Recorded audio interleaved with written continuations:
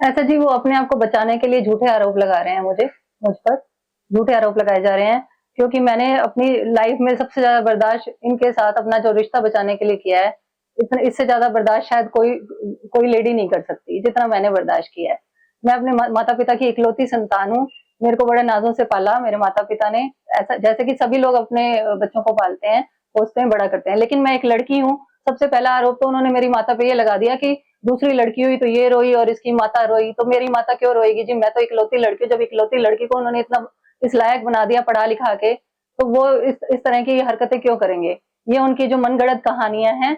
और मैं आई थी 26 फरवरी को उनके खिलाफ, जो है, थाने में रिपोर्ट करके आई थी। मैं सब कुछ लिख के आई थी कि ये ब्लैकमेल करते हैं मुझे, शराब पीते हैं दिन रात, और इनकी माता और इनकी बहन और इनका पूरा परिवार इनका साथ देता है। मुझे परेशान किया जाता है छोटी छोटी चीजों के लिए। मुझे प्रेगनेंसी में भी घर का सारा सामान लेके आना होता है। इनकी वजह से मेरे 5 अबॉर्शन हो गए, इनकी वजह से 4-5 अबॉर्शन हो चुके हैं मेरे। एक बार मेरी ट्यूब में प्रेगनेंसी रह गई थी। इतना कुछ मैंने बर्दाश्त किया। दिन रात शराब पीते हैं जी, फिर ये घर नहीं आते थे। और अब तो हद ही होगी। मैटरनिटी लीव के दौरान मेरे को इतना परेशान किया गया। जब मैं जापे में चल रही थी उस वक्त मुझे इतना परेशान किया गया। मेरा सोना तक ले गया, ये सारा सारा का सारा सोना ले गया धनतेरस वाले दिन। कहता मैं पूजा करूंगा क्लिनिक के ऊपर। मैं ना करती रही, लेकिन फिर भी ले गया। मैं इसको जरा सी भी बात कहती थी तो ये घर नहीं आता था। 2-2 दिन 3-3 दिन मैं लोगों को फोन कर करके पूछते रहती थी। ये शुरू से ही मेरी शादी हुई है तब से ये कर्जा लेता था, बड़ी बड़ी गाड़ियों में घूमता था। मैं इसके माता पिता को कहती थी तो माता पिता मेरे को अपने विश्वास में ले लेते थे। हम इसको ठीक करेंगे, हम इसको समझाएंगे, ये करेंगे वो करेंगे। मेरे माता पिता के ऊपर ये कहता था तेरे माँ बाप को मार दूंगा। मैंने 2016 में कंप्लेंट भी करी थी कि मेरे को दहेज के लिए परेशान किया जाता है घर के अंदर। और अब मेरे को क्या कहते हैं कि हमने तेरे ऊपर कर्जा किया है, कि तेरे ऊपर क्या प्रूफ है, पहले तो प्रूफ लेके आ कि मैंने तेरे नाम पे कर्जा ले रखा है। मैं तो हैरान हो गई, मुझे थप्पड़ों से मारा गया मेरी बड़ी लड़की के सामने। और मेरे को ऐसे कहता है कि तेरे पास क्या प्रूफ है। फिर मैंने 112 पे फोन किया, मैं हद पार हो चुकी है, अब तो ये मेरे को मार ही देंगे जान से। मेरे बच्चे का क्या हाल होगा। मेरे बच्चे को यहाँ पे फोन करा गया, मेरे को छोड़ छोड़ के एप्पल का फोन मेरे को दिया था इसने। एप्पल का फोन, उसमें आईडी होगी इसकी ऐप स्टोर में, मेरे को तो नॉलेज ही नहीं थी उसकी। और सारी आईडिया बैंकों की आईडिया इसके पास, ईमेल की आईडी इसके पास। सारे हमारे फोन हैक कर लिए मेरे आने के बाद। मेरे मम्मी पापा का हम कोई बात करते हैं तो इसके पास रिकॉर्डिंग पहुंच जाती है मेरे फोन की, पता नहीं कहाँ से। पहली बात तो मुझे तब पता चला जब मैंने कॉल रिकॉर्डर डाला, जब मैं यहाँ पे आके। अब जब से आई हूँ तब से इनका एक भी फोन नहीं उठाते कि पता नहीं क्या हमारे ऊपर इल्जाम डाल देंगे। जब मेरे जनवरी फरवरी के दौरान इसने सुसाइड की इतनी धमकियां दी, इसके पापा लेके आए इसको। इसके पापा के पास भी मैसेज आया, मेरे पास भी मैसेज आया। फिर इसके पापा और सुभाष नाम का एक लड़का है, होटल कर रखा है यहाँ पे लद्दू दाल के नाम से, फिर वो लेके आए। मैं तो मतलब इतनी घबराई हुई हूँ इससे। ये तो एक फोन उठाऊंगी तो ये तो मेरे को पता नहीं कहाँ फंसा देगा।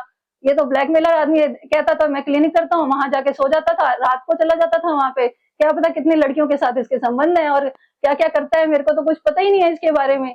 मैं तो मतलब अपना बच्चे पैदा करने में लगी हुई थी। मेरे सामने तो ये कहता था बच्चा नहीं पैदा हुआ, दूसरा बच्चा नहीं पैदा हुआ। सारे लोग मेरे ऊपर प्रेशर डालते थे, दूसरा बच्चा नहीं पैदा हुआ। मैं तो दूसरा बच्चा पैदा करने में और घर का सामान लाने में और अपने बड़े बच्चे को संभालने में, उसको पढ़ाने लिखाने में और इन सब चीजों में लगी रहेगी। और ये तो मेरे इसने सारी ऐसी कर दी। मेरे अकाउंट को सारा यही चला रहा था, शुरू से ये चला रहा था। शुरू से इसने मुथूट फाइनेंस में मेरे मेरे नाम से सोना देके कर्जा ले लिया था। फिर उसके बाद जो थोड़ा बहुत सोना बचा था वो अब ले गया। मेरा सारा इसने चेक ये ले गया, एटीएम इसके पास, ईमेल, वो जो नेट बैंकिंग मैंने बंद करवाई, इसका पासवर्ड इसके पास। मतलब सुसाइड की धमकी। हाँ जी। हाँ, मैं क्या करूं जी, मैं तो डर के मारे फोन तक नहीं उठाती। मैं तो खुद डरी हुई हूँ। ये इसके पास तो सारा पैसा मेरे पास, मेरा इसके और इसके घर वालों के पास भी है। घर कहते हैं हमने बनवाया, फिर मेरे से जो पैसा लिया वो कहाँ चला गया जी। उस टाइम ये रिटायरमेंट भी होके आए थे।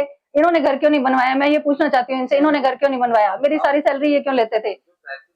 वीडियो वायरल की है उसको लेकर क्या है? उसको लेके मैं यही कहूंगी जी, उसमें जो भी हमारे खिलाफ जो भी इन्होंने कहा है मेरी मम्मी के खिलाफ, उल्टा सारी की सारी जो जो कमियां हैं वो इनके अंदर हैं और वो सारी हमारे ऊपर थोपी जा रही हैं। वो नाजायज आरोप हैं।